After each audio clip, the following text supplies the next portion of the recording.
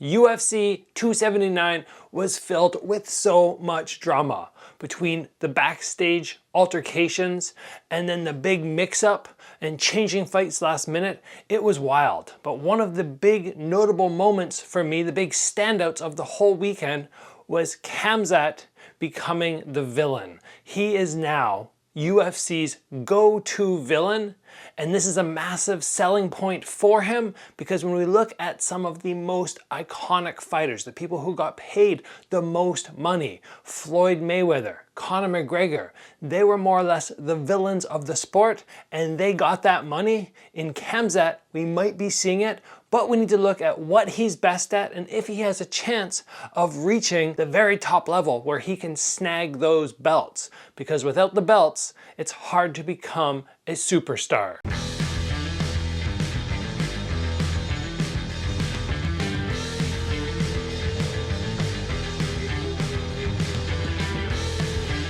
Khamzat Chimaev, man, what a beast. The way he shot on Holland, took him down, controlled him for much of the first round before finishing with that darce.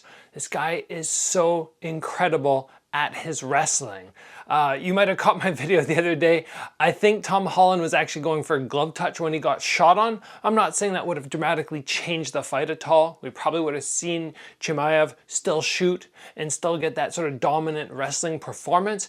But it was a bit of a bummer because a few days before I went, you gotta be careful with that glove touch. So everybody out there, just wanted to have that percolating before we move on. So as I already mentioned, when we look at the superstars of the sport, the guys who end up getting paid tens of millions of dollars throughout the year, we're usually looking at people like George St. Pierre, Israel Adesanya, Conor McGregor. All of these guys have gotten belts, and belts create superstars. But Khamzat is right at that point where he's almost a superstar and he does not have a belt. Why is that? Well, after this weekend, he has now become the villain of the sport. He always seems to be getting in altercations with people. Backstage with Holland, they were beaking at each other back and forward. At the UFC Performance Institute, he ran into Paulo Costa and they were having words as well. It just seems like wherever Chimaev goes, he's getting into altercations, and this gets eyes on him. And what you really need to recognize with this is even if people hate Khamzat, even if they go, I want to see this guy get smashed, they're still gonna tune in to watch his fights. And that's really what happened with Floyd Mayweather throughout the years. People kept tuning in, hoping to see him lose. And obviously there were Floyd Mayweather fans who wanted him to win and were watching him because they loved his style, they loved his skills. But many people, when you're the villain, will tune in to see you lose. And again, that's where that money comes into play. So let's talk now that we've established that Khamzat is the villain. Can he actually make it to the superstar level by grabbing that belt? What are his major assets and what are a couple of his weaker points? First off, we have to comment on his wrestling. Now, I don't like to go into detail on wrestling or jiu-jitsu because I am not an expert in either. I've done a couple years of solid training in those two sports, but not enough to make me an expert. But you don't have to be an expert to look at this guy and go, wow, he is so good in this aspect. His striking is good too, but his wrestling is superb. So this is something that we have to take into account when we look at who he might be fighting in the future. Somebody like Edwards for the belt or Adesanya for the belt. Is he going to be able to take these guys down and control them with that super powerful wrestling he has? Next up, we have to look at this guy's overall size. Now, he actually kind of reminds me of Khabib. Khabib was so big for 155, somebody who would walk around 190, 200 pounds and make the cut down to 155, and then he would just maul his opponents. Chimaev is kind of the same. At 170, he's probably cutting from 200, 210. That weight cut down is enormous. And that is probably why, after years of trying to make 170, he missed weight by so much. 178.5 pounds. That's not even close. So I personally would like to see him not bother with that 170-pound weight class and go up to 185, just because I'm not a big fan of the massive weight cuts. They're so damaging on your body, and in my opinion, they give you this massive unfair advantage, which Chimaev has, because he's just so big. At 185, it'll be more of a fair fight with whoever he goes up against. And if you have not seen my video with this guy's weight cut, you can check that out. He looks so drained, so wrecked, can hardly walk from one side of his hotel room to the other without people supporting him. That 170-pound weight cut is nasty. The next thing that Chimaev has going for him is he is motivated and he is hungry. Now, when you fight a lot for many years in a row, that fire can start to just dwindle down. But what Khamzat did was he won all his initial UFC fights, and then he said, and I'm retiring. I think it was post-COVID. He had COVID and he was struggling, but he just said, I'm retiring. He took a decent amount of time off, which probably just rekindled that desire, that fire in him to keep going, and now he's back and he's looking ferocious. Never discount motivation, because without it, you're just going through the motions. You have to have that burn, that fire to reach that very, very top level. And it looks like he has it in excess right now. So I'm looking forward to seeing that drive and that desire to get a belt, create crazy good fights, and see him coming in at the highest level he's capable of. And a quick pause, guys. I want to take a moment for a massive shout out to everybody on the channel who is sending me Instagram messages saying how much they are loving the content. This YouTube channel is like, it's my passion right now, aside from training, of course, but this is my other passion. One of the reasons that I'm able to put so much effort into the channel, take the time every day to put out videos, is because of one of my fight sponsors, YouTube sponsors, Buy Optimizers, and their magnesium product. What we're talking about today with Khamzat Chimaev, pushing and having that hunger, you're gonna have to be in the gym, you're gonna have to be grinding. I did that in my last camp for my first karate combat fight, my debut there, and I was on all the supplements, but this one in particular seemed to make a world of difference. My body was going strong, I was not breaking down, and that motivation I had was just crazy high, just like Khamzat.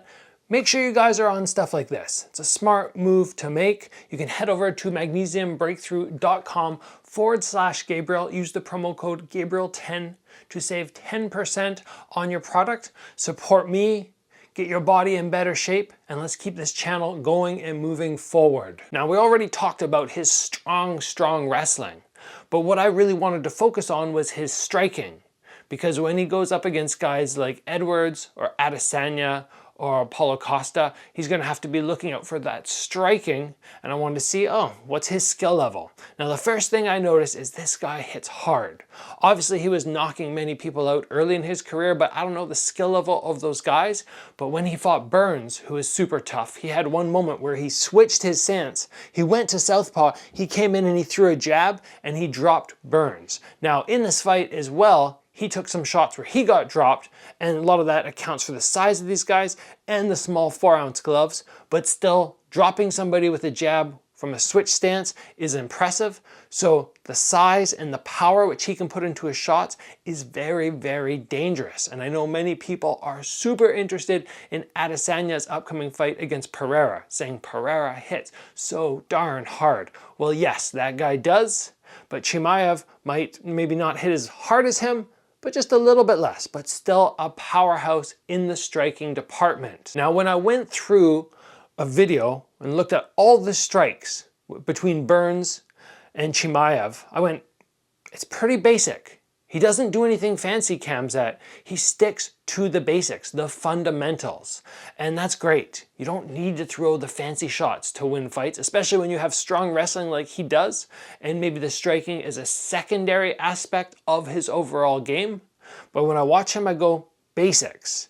So if you're training for this guy, you want to focus on just the defense in probably single shots, maybe doubles. He doesn't combo up that much, but when he does hit, he hits very hard. Many of his shots come right down the middle. His kicks are pretty basic, low kicks, round kicks, nothing really coming directly up the middle, not a whole lot of knees that I noted, or front kicks. So very fundamental striking, but everything looks good, everything looks on point. Now, one of the main things that I noticed in him that is lacking is his head movement.